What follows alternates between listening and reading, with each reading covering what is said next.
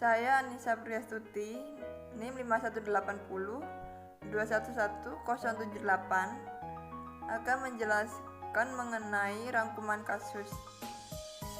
Saiful Mahdi merupakan dosen statistika di Fakultas Matematika dan Ilmu Pengetahuan Alam di salah satu universitas terkenal di Banda Aceh. Ia tersangkut masalah hukum setelah kritikan yang berada di grup WhatsApp internal diperkarakan oleh koleganya, yaitu Taufik Saidi.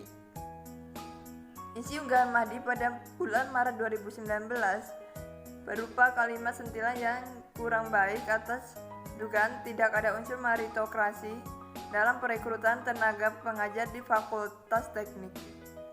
Menurut sang pelapor, tudingan Mahdi diklaim tidak berdasarkan dalihnya. Perekrutan yang dimaksud berada di bawah wewenang kementerian dan bukan wewenang fakultas. Sama dengan pihak yang kontra dengan Mahdi, Rektor Universitas Syah Kuala, Syamsul Rizal, menindaklanjuti masalah ini dengan menerbitkan surat kepada Mahdi untuk meminta maaf dalam waktu 1x24 jam jika tidak ingin mendapat sanksi. Surat tersebut dibalas 1 pekan kemudian dengan tembusan Menristek Dikti yang berisi prinsipal dan tegas menolak meminta maaf. Saidi melapor ke kepolisian karena sejawatnya dinilai tidak memiliki itikat hingga Mahdi menjadi tersangka dan diseret ke pengadilan. Southeast Asia Freedom of Expression Network atau SafeNet mengirim amicus curiae kepada Pengadilan Negeri Banda Aceh dalam kasus Saiful Mahdi. Penggiat SafeNet, Nabila Putri, mengatakan bahwa perkara Saiful Mahdi tidak dapat dimasukkan dalam kategori pencemaran nama baik karena tidak terdapat unsur mengancam reputasi seseorang dalam kritik Mahdi. Menurut SafeNet, status yang dibuat oleh Mahdi tidak melanggar kebebasan berpendapat dan berekspresi. Sekian presentasi dari saya, selanjutnya akan dijelaskan oleh teman saya. Assalamualaikum warahmatullahi wabarakatuh. Di sini saya akan melanjutkan penjelasan dari presenter sebelumnya. Perkenalkan, nama saya Afifah Yuliawati dengan nomor pokok mahasiswa 5180211086. Saya akan menjelaskan mengenai pokok permasalahan dalam kasus Saiful Mahdi. Saiful Mahdi dituduh telah melanggar Undang-Undang ITE dan mencemarkan nama baik petinggi di universitasnya lewat postingannya di media sosial. Lewat postingannya yang dibagi di 2 grup WhatsApp tersebut berisi kalimat "Inna lillahi wa inna ilaihi raji'un". Dapat kabar duka matinya akal sehat dalam jajaran pimpinan Fakultas Unsyah saat tes PNS kemarin. Bukti determinisme itu sangat mudah dikorup, gongsi pacai.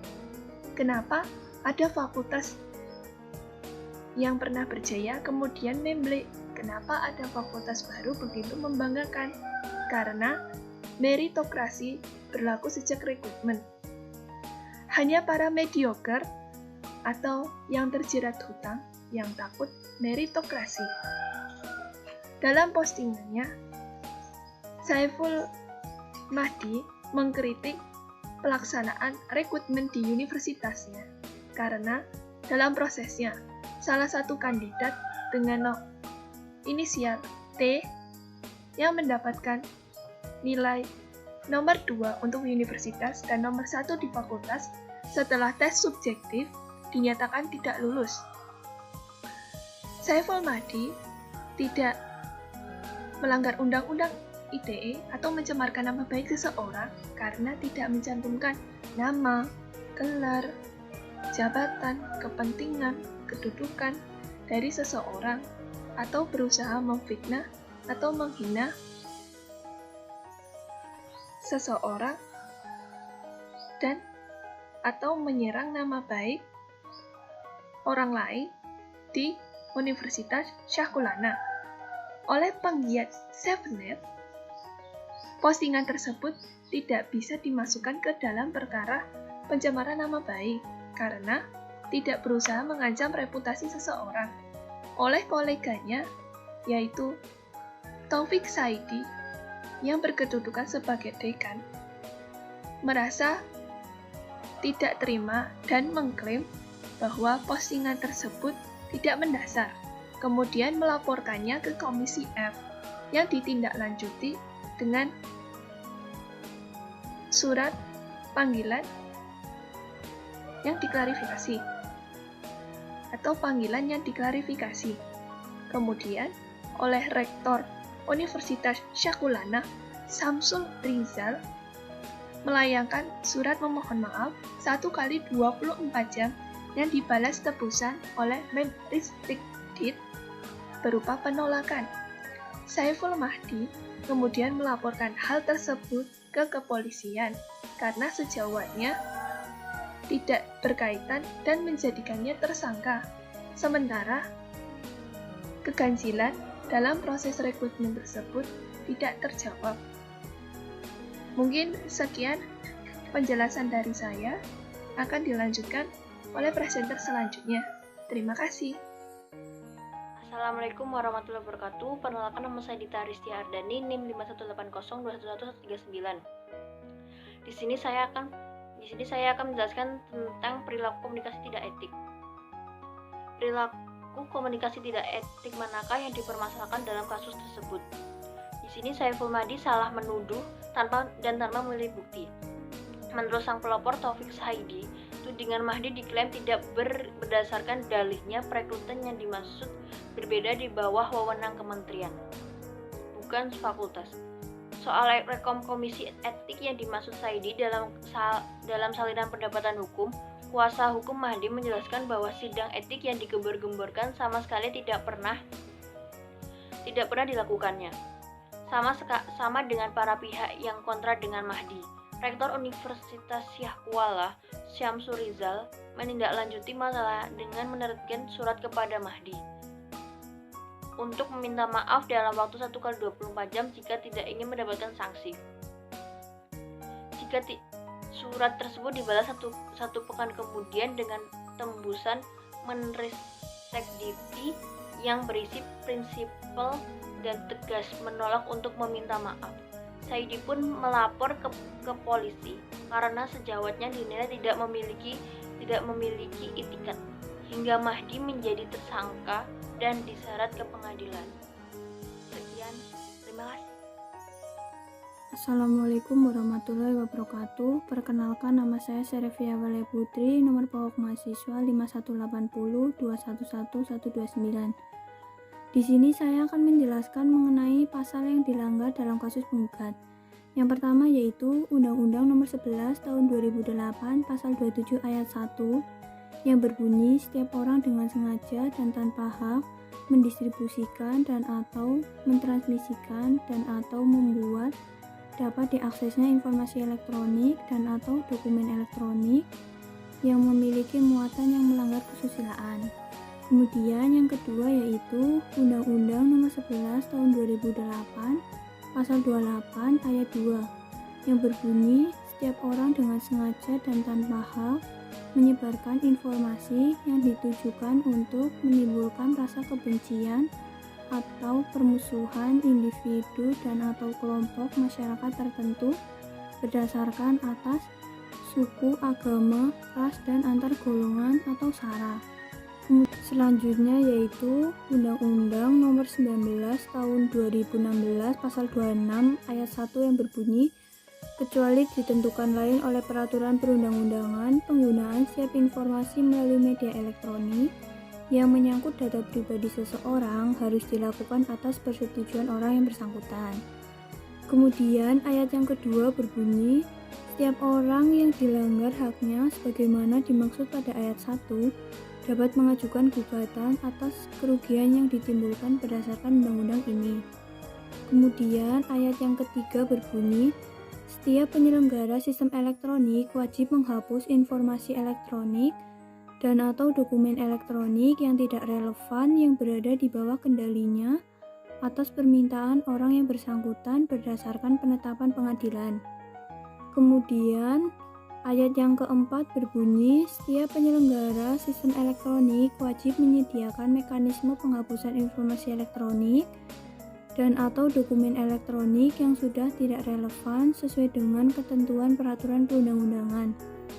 Kemudian ayat yang kelima berbunyi, ketentuan mengenai tata cara penghapusan informasi elektronik dan atau dokumen elektronik sebagaimana dimaksud pada ayat 3 dan ayat 4 diatur dalam peraturan pemerintah. Yang terakhir yaitu pasal 317 KUHP ayat 1 yang berbunyi, barang siapa dengan sengaja mengajukan pengaduan atau pemberitahuan palsu kepada penguasa, baik secara tertulis maupun untuk dituliskan, tentang seseorang sehingga kehormatan atau nama baiknya terserang, diancam karena melakukan pengaduan fitnah dengan pidana penjara paling lama 4 tahun.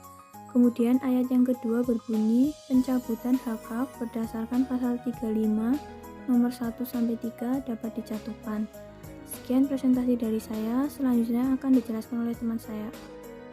Nama saya Nur Sugesti, NIM 51802111130. Di sini saya akan melanjutkan materi mengenai bagaimana cara menyelesaikan syarat UU ITE pada kasus Saiful Mahdi agar berakhir. Jadi menurut kelompok kami, agar permasalahan tersebut berakhir, sebaiknya masalah ini dapat diselesaikan secara kekeluargaan dengan pihak yang bersangkutan dengan masalah tersebut, atau mempertimbangkan keputusan dengan benar-benar baik sebelum tindakan keputusan yang dikeluarkan merugikan satu sama lain. Agar permasalahan kesalahpahaman tersebut bisa diatasi dengan baik dan menjelaskan keganjilan yang dimiliki oleh saudara Saiful Mahdi terhadap rekrutan karyawan di Universitas Syiah Kuala.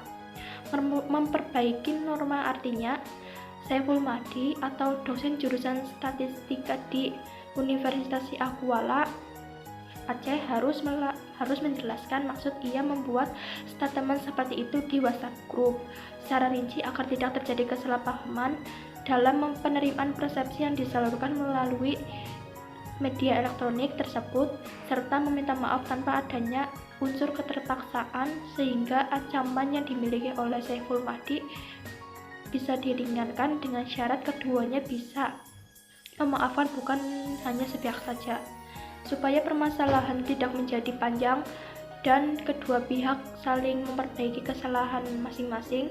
Untuk pihak Taufik Saidi atau selaku dekan dari salah satu fakultas dan Samsul Rizal atau selaku rektor Universitas Syiah Kuala Aceh sebaiknya menelaah terlebih dahulu statement yang dibuat oleh Saiful Mahdi tersebut, kemudian pertemuan menghubungi untuk membiasakan hal tersebut kepada Saiful Mahdi mengenai postingan dari postingan Saiful Mahdi agar tidak terjadi kesalahpahaman sebelum membawa hal tersebut ke meja hijau. Selanjutnya akan dijelaskan oleh teman saya.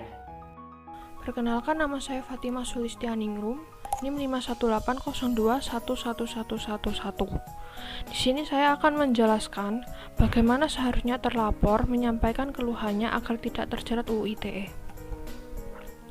Yang pertama, terlapor harus merumuskan terlebih dahulu hasil apa yang diharapkan dari sebuah pengaduan. Terlapor silakan membuat laporan ke kepolisian sebagai pihak berwajib. Pilihan kedua, lembaga pengaduan yang sesuai dengan kebutuhan keluhanmu, agar tidak terjadi kesalahan ketika melaporkan keluhan. Yang ketiga, usahakan berdialog dan berdiskusi sebelum mengambil keputusan. Jika masalah bisa diselesaikan secara kekeluargaan, selesaikan dengan baik-baik. Yang keempat, jangan memposting hal yang menimbulkan perkara. Hal tersebut akan memancing masalah baru karena bisa saja postingan tersebut akan viral dan mendapatkan komentar-komentar jahat dari netizen. Yang kelima, jika ingin memberikan kritikan, harus berdasarkan fakta yang terjadi. Jangan membawa nama orang lain, lembaga, atau instansi, karena itu akan menjadi perkara pencemaran nama baik. Yang keenam, gunakan etika bermedia sosial. Pahami regulasi Anda, cek terlebih dahulu kebenaran informasi yang akan dibagikan. Lebih berhati-hati bila ingin memposting atau hal-hal atau data yang bersifat pribadi. Dan belajar dari media jasa seperti Google untuk menjalani peran menjadi intermediary liability. Yang ketujuh, seharusnya terlapor menyampaikan keluhannya secara sopan. Dan sebelum menyampaikannya pun harus ditelaah terlebih dahulu maksud dan akar permasalahan dari hal yang disampaikan Saiful Mahdi dalam grup WhatsApp agar tidak terjerat UU ITE. Sekian presentasi dari kelompok kami. Jika ada pertanyaan silahkan tulis di komentar. Jika ada kurang lebihnya mohon maaf. Assalamualaikum warahmatullahi wabarakatuh.